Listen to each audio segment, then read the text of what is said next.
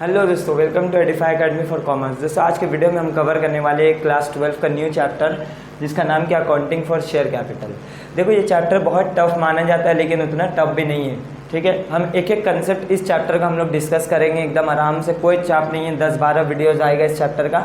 ठीक है, तो अकाउंटिंग फॉर शेयर कैपिटल ये बहुत इंपॉर्टेंट इसलिए है क्योंकि इस चैप्टर से बहुत वेटेड का मार्क्स का आता है। जैसे वेस्ट बंगाल में हम बात करें तो 6 मार्क्स का एक लॉन्ग आएगा और एक 4 मार्क्स का लॉन्ग आएगा। ये प्रैक्टिकल है, टोटली क्या है, प्रैक्टिकल। मतलब आउट ऑफ 80 मार्क्स में 10 मार्क्स का आपका क्या आएगा, इसी चैप्टर से प्रैक्टिकल आएगा। और ये चैप्टर में कुछ नहीं है, सिर्फ हम लोग को सीखना है जर्नल एंट्री कैसे पास किया जाता है। तो सबसे पहले चैप्टर में हम लोग आते हैं। चैप्टर का नाम क्या है, accounting for share capital. Chapter में क्या लिखा हुआ है, शेयर कैपिटल। अब होता क्या है शेयर कैपिटल, आइए इसके बारे में हम लोग आराम से डिस्कस करते हैं। तो आइए सबसे पहले क्या है, मान लीजिए एक कंपनी है, रिलायंस कंपनी। और जब रिलायंस कंपनी बना था तो वो अपना मैक्सिमम, उसको एक लिमिट दिया गया था कि मैक्सिमम वो कंपनी इतना पैसा उठा सकता है। कितना पैसा, 1 करोड़ रुपया। मान लीजिए उसको मैक्सिमम कितना उठा सकता है, वो मार्केट से 1 करोड़ रुपया उठा सकता है। और ये 1 करोड़ रिलायंस कंपनी का 100% को डिनोट कर रहा है। कितना परसेंट को डिनोट कर रहा है वो, 100% को। अब रिलायंस कंपनी को मान लीजिए 20 लाख का ज़रूरत है, वो अपना हिस्सा बेचने मांग रहा है क्योंकि उसको ज़रूरत है, प्रोडक्शन करना है, फर्नीचर लाना है, मशीन लाना है, बिल्डिंग खरीदना है। तो 20 लाख का मान लीजिए ज़रूरत है रिलायंस कंपनी को। और ये 20 लाख कितना परसेंट डिनोट कर रहा है, 20% शेयर डिनोट कर रहा है। तो रिलायंस कंपनी क्या करेगा, 20% शेयर जनता जनार्दन को क्या कर देगा, बेच देगा। क्या करेगा, जनता को, मतलब आम पब्लिक लोग को बेचेगा कि आइए मेहरबान करदातान, मेरा कंपनी में पैसा आप लोग लगाइए, बदले में हम आपको 20% अपना शेयर का दे रहे। ठीक है, अब मान लीजिए ये लोग जो कंपनी का शेयर खरीदा है पब्लिक लोग, इन लोग को क्या बोलेंगे, शेयर होल्डर। क्या बोलेंगे, शेयर होल्डर। और शेयर होल्डर को हम लोग ओनर भी बोलते हैं क्योंकि 20% से ये लोग क्या बन जाएगा, कंपनी का मालिक बन जाएगा। क्या बन जाएगा, मालिक। कंपनी ये 20 लाख रुपया लिया है, इसी को क्या बोलते हैं, शेयर कैपिटल। देखो हम लोग इससे पहले 11 में, क्लास 11 में हम लोग सोल प्रोप्राइटरशिप के बारे में पढ़ा था। तो सोल प्रोप्राइटरशिप में हम लोग पढ़े थे कि कैपिटल क्या होता है, जब ओनर बिजनेस में कुछ भी लगाता है उसको क्या बोलते हैं, कैपिटल बोलते हैं। अब यहाँ पे कंपनी में पैसा कौन लगा रहा है, शेयर होल्डर लोग। और शेयर होल्डर एक तरह का ओनर है, तो ओनर लोग बिजनेस में पैसा लगा रहे, तो उसको क्या नाम देंगे हम लोग, शेयर कैपिटल। क्लियर है। कंपनी जो इश्यू कर रहा है वो क्या कर रहा है, शेयर कैपिटल। किसको दे रहा है, शेयर होल्डर लोग को। शेयर होल्डर कौन होता है, ओनर होता है। क्लियर है। तो ये है, अब कंपनी में कितना तरह का शेयर होता है, कितना तरह का नहीं होता है, हर एक चीज़ हम लोग डिटेल में बात करेंगे। कंपनी क्या होता है, नहीं होता है, सब हम डेफिनेशन आप लोग को अभी लिखाएंगे। तो मोटा मोटी आप लोग को समझ में आ गया होगा कि इस चैप्टर में हम लोग करने क्या वाले हैं। क्लियर है।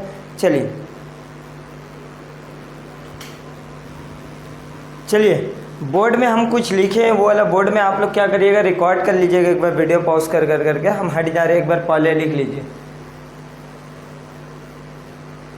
चलिए लिख लिए होंगे आप लोग, जूम कर करके, थोड़ा छोटा हो गया, कोई बात नहीं। चलिए सबसे पहले अब हम लोग पढ़ने वाले हैं कंपनी का मतलब क्या होता है। तो कंपनी जो है as per section 220 of the companies act. देखो कंपनीज एक्ट जो आया था ना, वो पहले कंपनीज एक्ट 1956 को आया था। कब आया था, 1956 को। ये पुराना कंपनीज एक्ट था, लेकिन आज जो है 2013 कंपनीज एक्ट चल रहा है। 2013 में पुराना जो कंपनीज एक्ट था 1956, उसको पूरा रिपील्ड कर दिया गया। रिपील्ड मतलब होता है पूरा उसको उखाड़ करके फेंक दिया गया, नया सिरा से एक नया लॉ बना है जो कंपनीज एक्ट 2013 को आया था। ठीक है, एक वर्ड होता है अमेंडमेंट और एक वर्ड होता है रिपील्ड। अमेंडमेंट का मतलब क्या होता है कि लॉ वही है, बस उसमें ज़रा सा चेंजेस हम लोग ला रहे हैं। और रिपील्ड का मतलब होता है कि पुराना लॉ को पूरा तरीके से ख़त्म करना और नया तरीका से लाना। तो कंपनीज एक्ट 2013 जो है वो रिपील्ड कर करके 1956 को नया आया कंपनीज एक्ट 2013। अब सर हम लोग को कौन सा पढ़ना है, देखो वेस्ट बंगाल बोर्ड में क्या होता है, कुछ क्वेश्चन 1956 का थ्योरी बेसिस पे आता है और 2013 का भी थ्योरी बेसिस पे आता है। तो जहाँ आप लोग का जो क्वेश्चन आएगा 1956 और 2013 के अकॉर्डिंग, हम वहाँ आप लोग को क्या करेंगे, लिखा देंगे या फिर हाईलाइट करवा देंगे कि देख लो ये सब 2013 में, ये 1956 में आई है। चलिए पढ़ते हैं हम लोग joint stock company. Joint stock company मतलब कंपनी होता क्या है। The word company has been derive from Latin word से आया था, जिसका 2 वर्ड है। क्या है, कम। कम का मतलब होता है विच मीन्स टू विथ और टुगेदर, मतलब साथ में जुड़ना।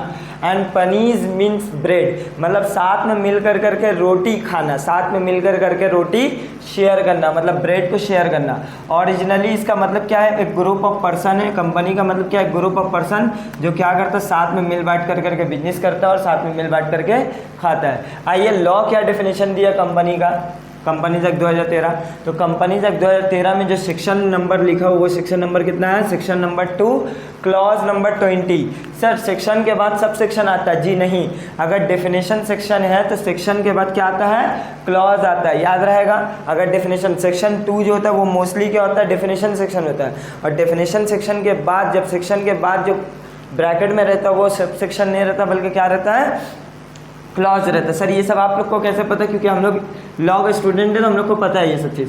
तो as per section 2 clause number 20 of the companies act 2013, एक कंपनी का मतलब means a company which is incorporated. Incorporated मतलब जिसका जन्म होना, जैसे हम लोग इंसान पैदा होता है तो बर्थ सर्टिफिकेट बनता है, तो कंपनी जब बनता है तो उन लोग को CIN नंबर दिया जाता है, कॉर्पोरेट आइडेंटिफिकेशन नंबर, मतलब इनकॉर्पोरेटेड नंबर, इनकॉर्पोरेट होता है कंपनी। कंपनी का जन्म हो या तो इस एक्ट में, इस एक्ट मतलब कंपनीज एक्ट 2013 या प्रीवियस लॉ।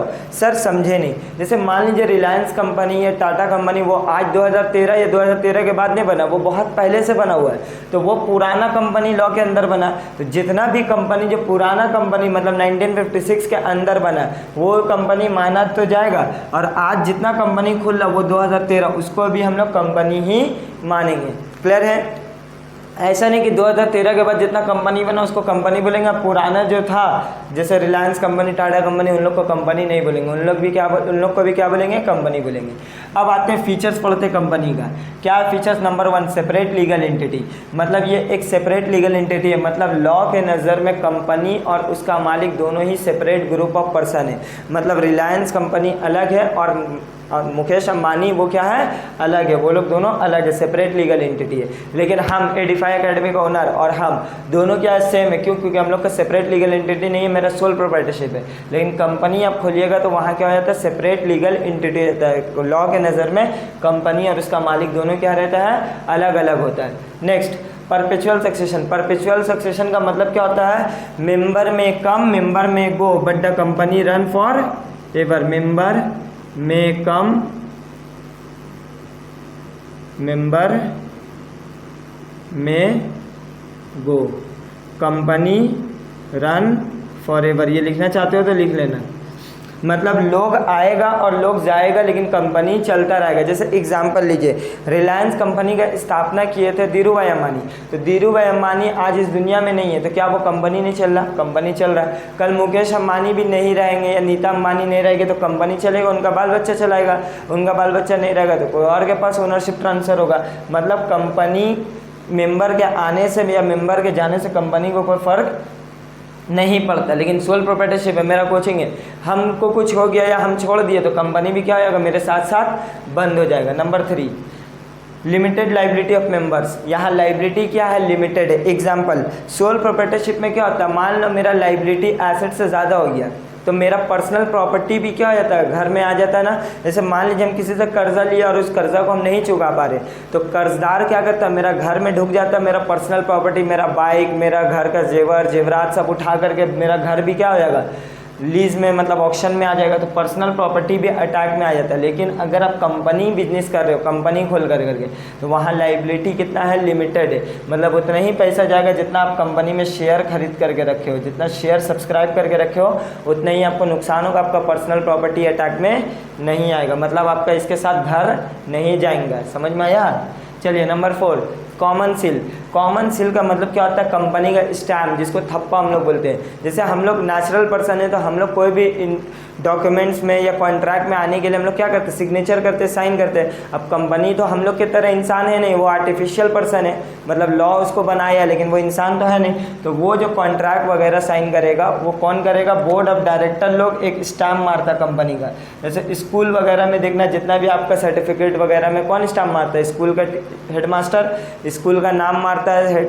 तो वैसे ही कंपनी का क्या होता है, बोर्ड ऑफ डायरेक्टर लोग क्या करता है, कॉमन सील स्टैम्प वगैरह मारता है। Number 5, capacity to sue and to be sued. Sue मतलब होता है मुकदमा। तो इस कंपनी अगर आप खोल लिए हो तो आपका कैपेसिटी है, आप कंपनी के नाम पे मुकदमा कर भी सकते हो और कंपनी के नाम पे ही मुकदमा होगा। सर समझे नहीं? जैसे मान लीजिए आप रिलायंस कंपनी का फ़ोन, जियो कंपनी का फ़ोन यूज़ कर रहे थे। अब वो फ़ोन मान लीजिए आप कॉल में बात कर रहे थे और आपका फ़ोन जो है फट गया फ़ोन और आपका चेहरा ख़राब हो गया, तो आप जो केस करिएगा वो मुकेश अम्बानी के ऊपर केस नहीं करिएगा, बल्कि किसके ऊपर केस करिएगा? रिलायंस कंपनी के ऊपर, मतलब उसके नाम पे केस कोर्ट में आप कर सकते हो। अगर मान लीजिए दूसरा सिनेरियोस, मान लीजिए हम रिलायंस कंपनी का 50 लाख रुपया लेकर के फ्रॉड कर लिया, तो रिलायंस कंपनी मेरे नाम पे केस करेगा, ना कि मुकेश अम्बानी। केस भी कौन करेगा? रिलायंस कंपनी।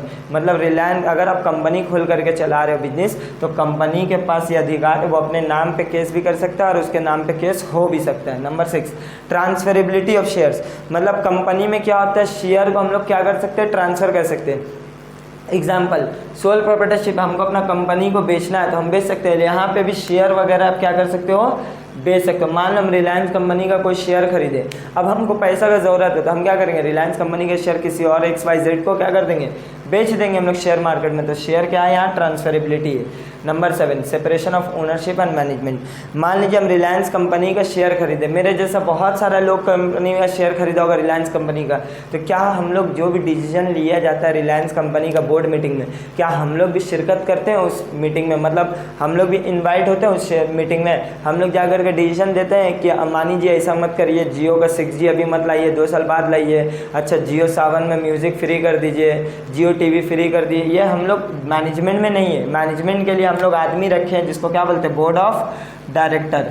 लेकिन सोल प्रोप्राइटरशिप में क्या है? मान लो मेरा कोचिंग हम ही मैनेज कर रहे हैं और हम ही कौन है? ओनर है। लेकिन कंपनी वगैरह में क्या होता है? ओनरशिप और मैनेजमेंट दो अलग अलग ग्रुप ऑफ पर्सन के पास रहता है। जैसा हम कंपनी के शेयर खरीदे तो हम क्या हो गए? Share holder. शेयर होल्डर को हम बताया हम क्या हो जाता है? ओनर हो जाता है शेयर होल्डर।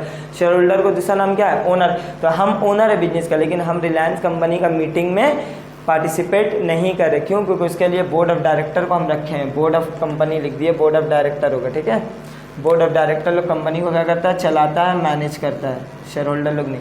अब आते हैं टाइप्स ऑफ कंपनी, कितना तरह का कंपनी है। तो कंपनी अभी फ़िलहाल के लिए मान करके चलिए कितना तरह है? प्राइवेट कंपनी, पब्लिक कंपनी और 1 पर्सन कंपनी, ये 3 तरह का कंपनी होता है। प्राइवेट कंपनी क्या है ये पढ़िए। सबसे पहले प्राइवेट कंपनी का डेफिनेशन कहाँ लिखा हुआ? सेक्शन 2 क्लॉज नंबर 68 में। बहुत सारे टीचर इसको सब सेक्शन बोलता है, सब सेक्शन नहीं होगा, क्लॉज होगा। आज का section 2 clause number 68 of the companies act 2013 में लिखा हुआ प्राइवेट कंपनी क्या है। तो प्राइवेट कंपनी वो कंपनी होता है जिसका minimum paid up share capital आज में भी प्रेस्क्राइब।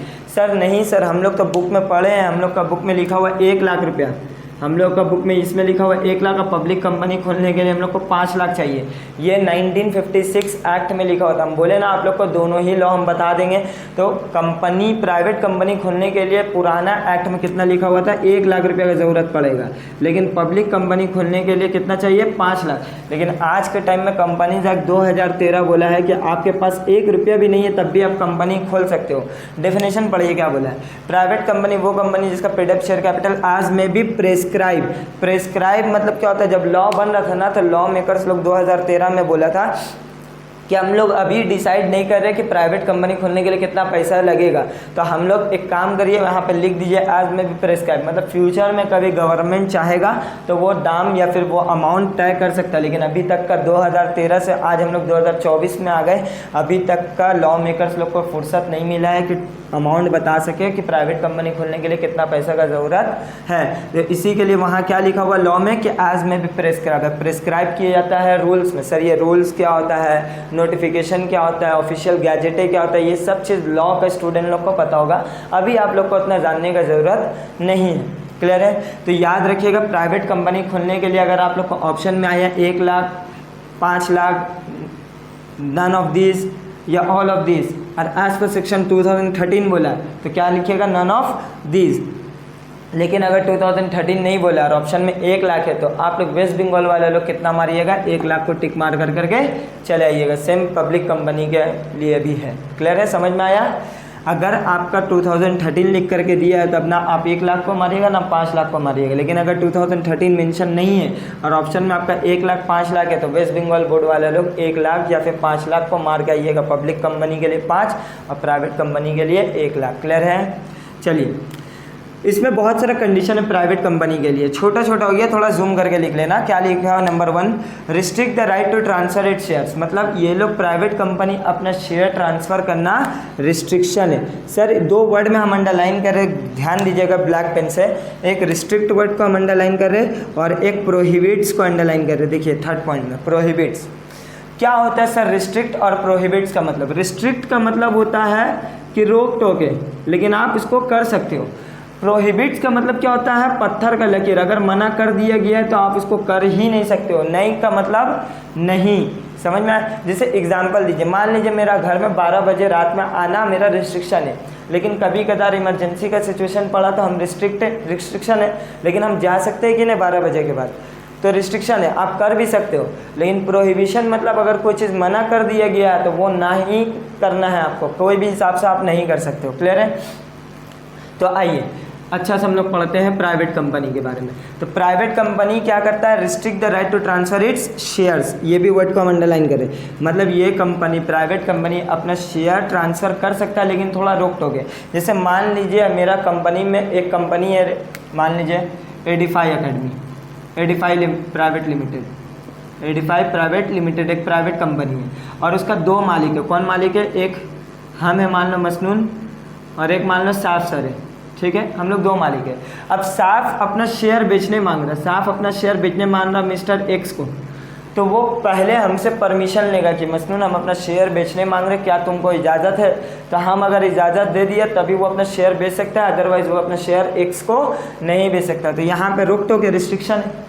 क्लियर है? चलिए समझ में आया? नंबर 1 पॉइंट, मतलब अपना शेयर को बेच सकता है लेकिन प्रायर परमिशन कुछ रोक टोक है, ठीक है, प्राइवेट कंपनी में। नंबर 2 क्या बोला? Accept in case of OPC, minimum number कितना चाहिए प्राइवेट कंपनी में? प्राइवेट कंपनी में मिनिमम 2 मेंबर चाहिए और मैक्सिमम कितना इंसान को आप जोड़ सकते हो प्राइवेट कंपनी में?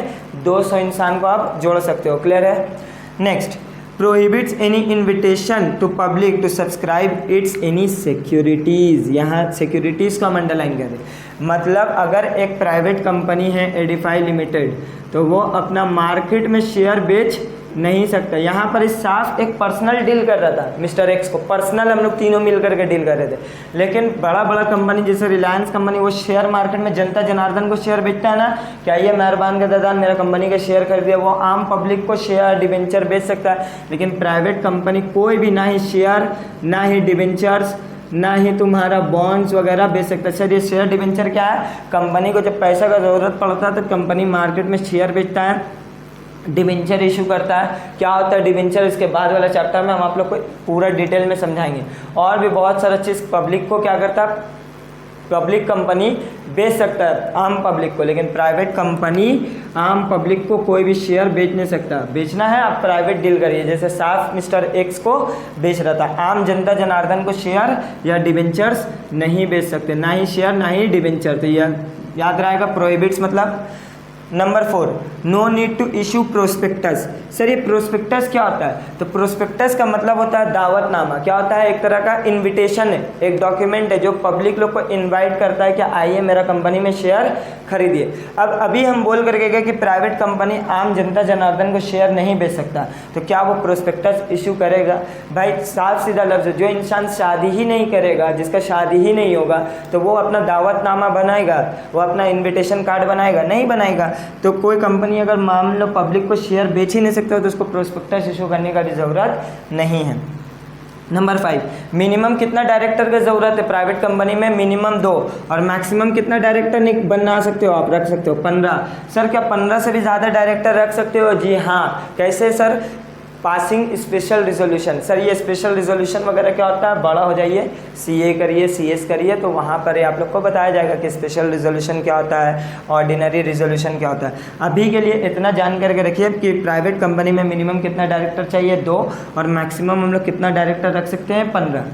नेक्स्ट, प्राइवेट कंपनी का नाम के एंड में देखना हमेशा क्या लिखा हुआ रहेगा? पीवीटी एलटीडी हमेशा, या पीएलटीडी लिखा हुआ रहेगा हमेशा।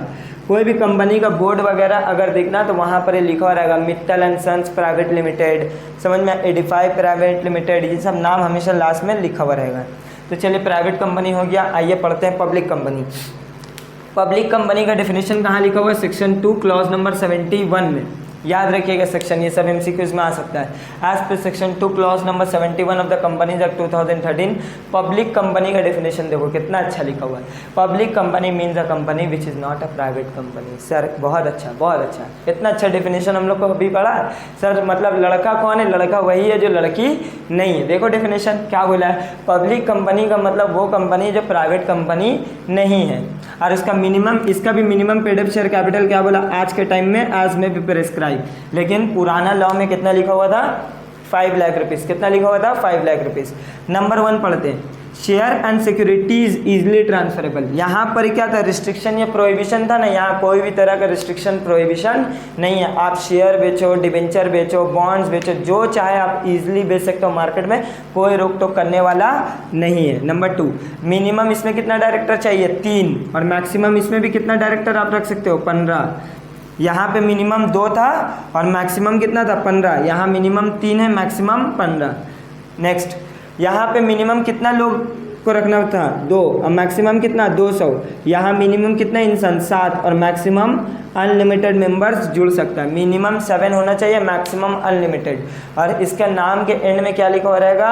LTD लिखा हो रहेगा। और ये कंपनी को प्रोस्पेक्टस इशू करने की ज़रूरत है? बोलिए तो हाँ है। क्यों? क्योंकि ये जनता जनार्दन को शेयर बेच रहे ना, तो इसको प्रोस्पेक्टस इशू करना मैंडेटरी है, प्रोस्पेक्टस इशू करना पड़ेगा। Next, 1% company.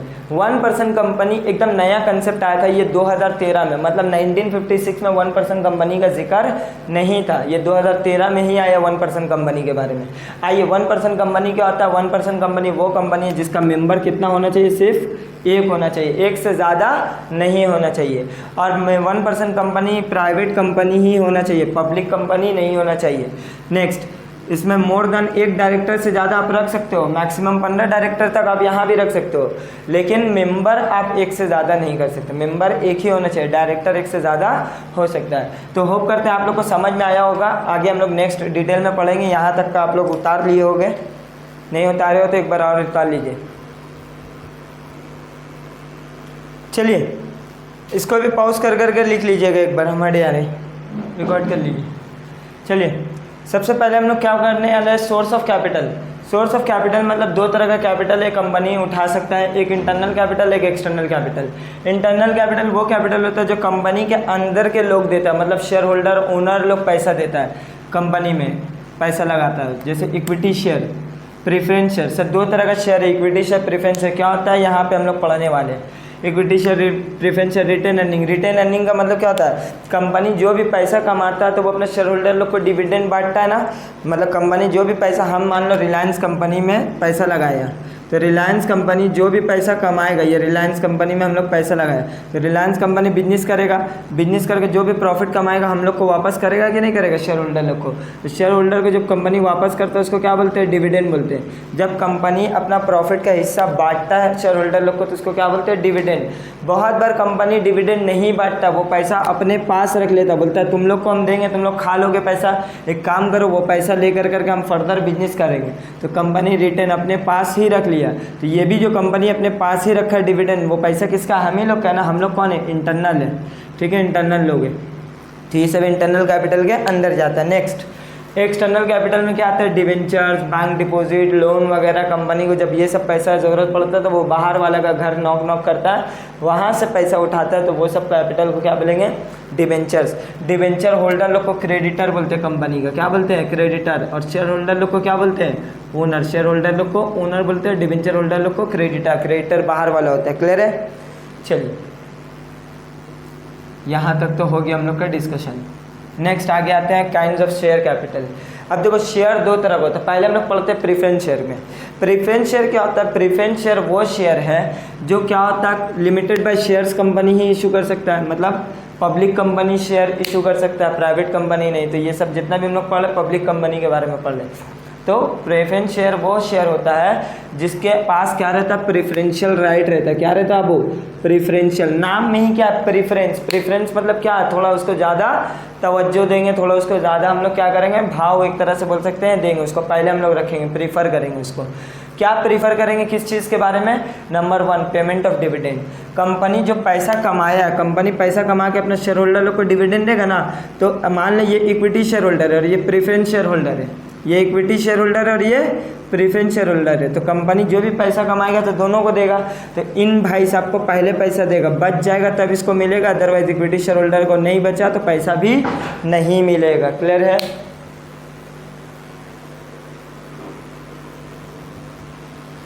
चलिए, तो प्रेफरेंस शेयर में क्या होगा, आपको डिविडेंड का पैसा क्या होगा, प्रीफर किया जाएगा, आपको मिलेगा। मान लो इक्विटी शेयर को भी देना है कंपनी को पैसा, प्रेफरेंस शेयर को भी देना है, तो पहले किसको देगा, प्रेफरेंस शेयर होल्डर को पैसा देगा, बचेगा तब इक्विटी को मिलेगा, अदरवाइज नहीं मिलेगा। और प्रेफरेंस शेयर होल्डर को जो डिविडेंड मिलता है ना, वो फिक्स रेट पे मिलता है, पहले से तय कर लिया जाता है कि 10% मिलेगा या 20%। एग्जाम्पल लीजिए, एग्जाम्पल जैसे कि हम तुमको समझा रहे हैं, मान लीजिए कंपनी में पैसा लगाया, इक्विटी शेयर होल्डर भी लगाया, ये इक्विटी शेयर होल्डर है और ये प्रेफरेंस शेयर होल्डर है, ठीक है। ये भी 10 लाख रुपए लगाया कंपनी में, ये भी 10 लाख रुपए लगाया। तो कंपनी का मान लीजिए 10% प्रेफरेंस शेयर होल्डर था, कितना 10%। कंपनी कमाया मान लीजिए 1 करोड़ रुपया, तो इसको कितना मिलेगा, 10 लाख का 10% मतलब 1 लाख मिलेगा, तो इसको पैसा कितना मिलेगा, डिविडेंड 1 लाख रुपया। अब बाकी जो भी बच जाएगा पूरा का पूरा किसको मिलेगा, इक्विटी शेयर होल्डर लोग को। मतलब इन लोग को एक फिक्स रेट पे मिलता है, इसका कोई फिक्स रेट नहीं है, बच गया पूरा मिलेगा, नहीं बचा तो कुछ भी नहीं मिलेगा इक्विटी शेयर होल्डर लोग को। क्लियर है। सब प्रेफरेंस शेयर होल्डर लोग को एनी हाउ पैसा मिलेगा, तभी मिलेगा जब कंपनी प्रॉफिट कमाएगा। नुकसान हुआ तो इन दोनों को नहीं मिलेगा। मान लो कंपनी प्रॉफिट कमाया है 8 लाख रुपया, तो 8 लाख का 10% इसको मिलेगा, बाकी पूरा पैसा इसको मिलेगा। कंपनी मान लो 50,000 कमाया, तो ये भाई साहब को सिर्फ 50,000 मिलेगा, इसको कुछ भी नहीं मिलेगा। क्लियर है। मतलब सर प्रेफरेंस शेयर होल्डर या इक्विटी शेयर होल्डर को बोलने का मतलब यही है कि जब प्रॉफिट होगा तभी कंपनी पैसा देगा, अदरवाइज नहीं देगा। लेकिन पहले किसको मिलेगा, प्रेफरेंस शेयर होल्डर लोग को, बाद में इक्विटी को। और प्रेफरेंस शेयर होल्डर को जो पैसा मिलेगा वो एक फिक्स रेट पहले से तय कर लिया जाएगा। Number 2, repayment of capital in case of winding up. Winding up का मतलब होता है जब कंपनी बंद होता है, जब कंपनी बंद होता है तब पैसा आप लोग को वापस किया जाएगा।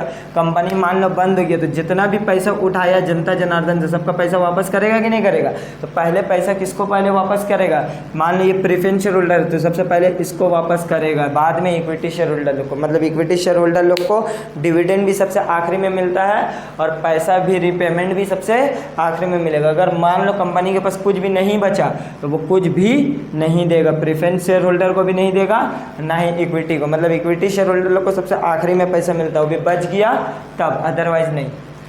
इक्विटी शेयर कैपिटल पढ़ते हैं हम लोग। इक्विटी शेयर कैपिटल वो कैपिटल है जो प्रेफरेंस नहीं है। देख रहा कितना अच्छा डेफिनेशन है। इक्विटी शेयर कैपिटल वो कैपिटल है जो प्रेफरेंस नहीं, इसी के लिए हम पहले प्रेफरेंस पढ़ाया, बाद में इक्विटी आए। तरीका होता है हर चीज़ पढ़ाने का। हम चाहते तो पहले ये पढ़ाते बाद में, लेकिन नहीं, पहले प्रेफरेंस समझा दिया, अब इक्विटी समझने में आपको दिक्कत नहीं होगा। और इक्विटी शेयर होल्डर के पास ना आपको वोटिंग राइट रहता है, इन लोग के पास वोटिंग राइट नहीं रहता है। इन लोग के पास वोटिंग राइट रहता है लेकिन कुछ स्पेशल मैटर पे, लेकिन इन लोग के पास हर मैटर के पास लिए एक वोटिंग राइट होता है। तो यहाँ तक का रिकॉर्ड करिए। नेक्स्ट जो हम लोग बताने वाले वो बहुत इंपॉर्टेंट है, उसको खास करके मार्क करिएगा। आइए देखिए, नेक्स्ट टॉपिक जो हम लोग का है ना वो नेक्स्ट क्लास में ही हम लोग नेक्स्ट वीडियो में रिकॉर्ड कर लेंगे, क्योंकि अभी आप लोग का बताने से वीडियो का लेंथ थोड़ा बड़ा हो जाएगा, हर कोई देखेगा भी नहीं, और वो बहुत इंपॉर्टेंट टॉपिक भी है जो बहुत ज़्यादा ज़रूरी है। मतलब नेक्स्ट सेकेंड क्लास आपको बहुत ज़्यादा इंपॉर्टेंट है, देखना ही देखना है। वहाँ पे हम आप लोग को पूरा बताएंगे कि कंपनी कैसे इनकॉर्पोरेट होता है, कैसे बनता है, कैसे नहीं बनता, क्या क्या कैपिटल का टाइप है उसमें, ऑथराइज कैपिटल क्या है, नॉमिनल कैपिटल क्या है, उसी को ले करके हम लोग पूरा सम्स करेंगे। तो यहाँ तक का आप लोग को होप करते वीडियो बहुत पसंद आया होगा। वीडियो अगर आप लोग को समझ में आया है कि कंसेप्ट हम देने का कोशिश किए हैं, ऑलमोस्ट बहुत डिटेल में ही बताएं। अगर आपको पसंद आया तो अपने अपने दोस्तों के साथ बहुत ज़्यादा शेयर करिएगा और बहुत ज़्यादा प्यार बरसाइएगा इस वीडियो में, क्योंकि बहुत मेहनत हो रहा, टाइम आपका हो रहा है 5 बज करके सुबह जो हम रिकॉर्ड कर रहे हैं। ठीक है, चलिए